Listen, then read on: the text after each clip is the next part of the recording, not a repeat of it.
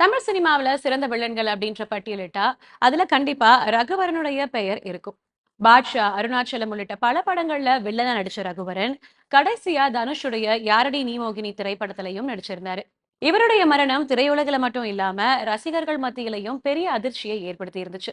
இந்த நிலையில ரகுவரன் குறித்து சமீபத்திய பேட்டி ஒண்ணுத்துல நடிகர் பப்ளுவோட கேள்வி ஒண்ணு கேள்விப்பட்டுச்சு. காரணம் ரகுவரனும் பப்ளுவும் நெருங்கிய நண்பர்களாக இருந்திருக்காங்க. ரகுவரன் குறித்து பேசிய பப்ளு, ரகுவரன எனக்கு ஃபில்ம் இன்ஸ்டிடியூட் சீனியர். அங்கதான் எங்களுடைய நட்பு துவங்குச்சு. நாங்க 2 பேரும் ஏறக்குறைய ஒரே மாதிரி தான் இருப்போம்.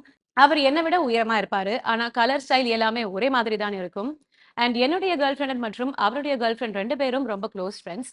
அதோட எங்களுடைய கேர்ள் ஃபிரெண்ட்ஸ் 2 பேருமே ரொம்ப பெரிய பணக்காரங்க. ஆனா நாங்க 2 பேரும் பயங்கர ஜீரோ பேலன்ஸ் ஆளுங்க அப்படின்னு சொல்லியிருந்தாரு. மேலும் ரகுவரனின் மறைவு குறித்து பேசிய பப்ளு, ரகுவரன் போதைப் பொருளுக்கு அடிமையாகி மூளையில இருக்கிற நினைவு பகுதி செயலிழந்ததுதான் அவருடைய மறைவுக்கு காரணம்.